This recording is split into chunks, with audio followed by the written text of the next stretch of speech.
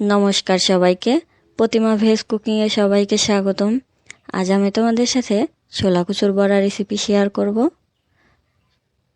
কচুগুলো আমি পাতলা করে কেটে নিয়েছি, গোল গোল সাইজের। এখানে আমি ছোলা কচু নিয়েছি, মাথার যে নরম অংশটা থাকে সেই অংশটা। এবার কচুর চাকগুলো একটু ভাপ দিয়ে নেব। অল্প করে লবণ, হলুদ গুঁড়া এবার মিশিয়ে নেব। মিশিয়ে নিয়ে কিছু সময়ের জন্য ঢেকে দেব। কচুগুলো সেদ্ধ হয়ে গেছে, একটা দেখাচ্ছি কতটুকু সেদ্ধ করে নিয়েছি। এবার তুলে নেব। সবগুলো তুলে নেওয়া হয়ে গেছে। কচুর বড়া ভাজার জন্য গোলাটা তৈরি করে নেব। এখানে আমি চাউলের গুঁড়া নিয়েছি, বেসন, হলুদের গুঁড়া, মরিচের গুঁড়া, পরিমাণ মতো লবণ। এবার অল্প অল্প জল দিয়ে গোলাটা গুলিয়ে নেব। জল একবারে বেশি দেওয়া যাবে না, তাহলে পাতলা হয়ে যাবে। আমি আবার একটু জল দিয়ে দিলাম। এভাবেই গুলিয়ে নিতে হবে। গোলানো হয়ে গেছে।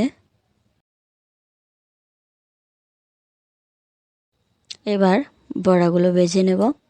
ফ্রাই প্যানে তেল দিয়ে দিলাম। তেলটা গরম হয়ে আসলেই বড়া দিয়ে দেব। একইভাবে সবগুলো বড়াই দিয়ে দেব। দেয়া হয়ে গেছে। এবার উল্টে দেব। একটার গায়ের সাথে আরেকটা লেগে গেছে, এবার ছাড়িয়ে নেব। ছাড়িয়ে নেওয়া হয়ে গেছে। আবার একটু উল্টে দেব। এপাশ ওপাশ উল্টে পাল্টে ভেজে নিলেই হয়ে যাবে।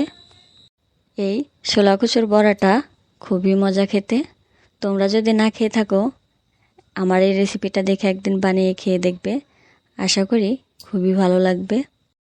আর কেমন লাগলো সেটা আমাকে কমেন্ট করে জানাবে। আবার একটু উল্টে নেব। দেখো কতটুকু লাল লাল করে ভেজে নিয়েছি। ভাজা হয়ে গেছে, এবার তুলে নেব।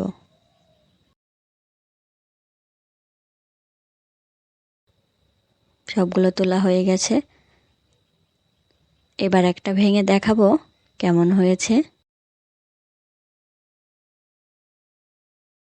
আজকের এই রেসিপিটা কেমন লাগলো অবশ্যই কমেন্ট করে জানাবে। সবাই ভালো থাকবে, সুস্থ থাকবে। নমস্কার।